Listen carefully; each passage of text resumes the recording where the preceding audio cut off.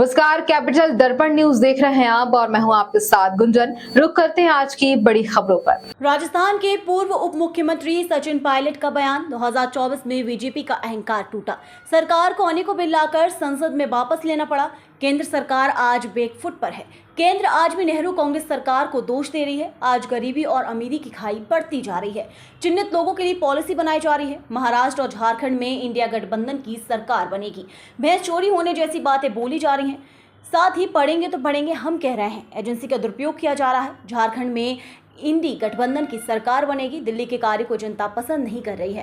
साथ ही उपचुनाव में हम अच्छा परफॉर्म करेंगे। नई पीढ़ी 10 सालों से सरकारों को देख चुकी है। उपचुनाव और 2 राज्यों में चुनाव में सकारात्मक परिणाम आएंगे। घुसपैठियों के सवाल पर कहा कि बॉर्डर सिक्योर करना सरकार की जिम्मेदारी है। जनता की समस्या की कोई चर्चा नहीं है। झारखंड के साथ केंद्र ने अच्छा व्यवहार नहीं किया। कांग्रेस छोड़ने वालों पर कहा कि बहुत सारे नेता चुनाव से पहले आते हैं जाते हैं। हमारे यहाँ व्यक्ति नहीं पार्टी चुनाव लड़ती है। लाडली बहना योजना, राष्ट्रीय बहना योजना पर कहा कि 80 करोड़ लोगों को भोजन देने की बात बीजेपी करती है। कांग्रेस अगर कहती है तो इसे रेवाड़ी बांटना कहती है। वहीं झूठ बोलना बीजेपी का काम है। किसान समस्या, बेरोजगार बढ़ी है। सांसदों को एक दिन में निष्कासित करना कभी नहीं हुआ। जम्मू कश्मीर पर पायलट ने कहा कि चुनाव केंद्र ने नहीं सुप्रीम कोर्ट ने कराया है। जम्मू कश्मीर को फुल स्टेट का दर्जा मिलना चाहिए। किसानों के लिए बेरोजगारी, महंगाई, ये सब आप लोगों के 10 साल के कार्यकाल का ही परिणाम है। तो जवाबदेही होनी चाहिए और मुझे लगता है कि हर मुद्दे पर आज भाजपा बैकफुट पर है। इसीलिए वो कांग्रेस के नेताओं को कोसने का काम करते हैं।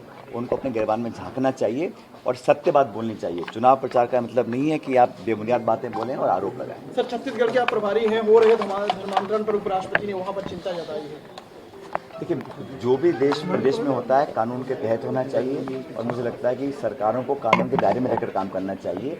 लेकिन चुनाव से पहले इस प्रकार की बातें करना, ध्रुवीकरण करने की कोशिश करना और धार्मिक बातें बोलकर वोट बटोरने का जो काम किया जाता है चुनाव से पहले, मैं उसको सही नहीं मानता हूँ। हमें विकास, डेवलपमेंटल इश्यूज, शिक्षा, चिकित्सा, बिजली, सड़क, इन बात पर इशू पर डिस्कस करना चाहिए। ये सार्थक इश्यूज हैं, लेकिन लोगों का ध्यान भटकाने के लिए इस प्रकार की बातों को उठाया जाता है बार बार।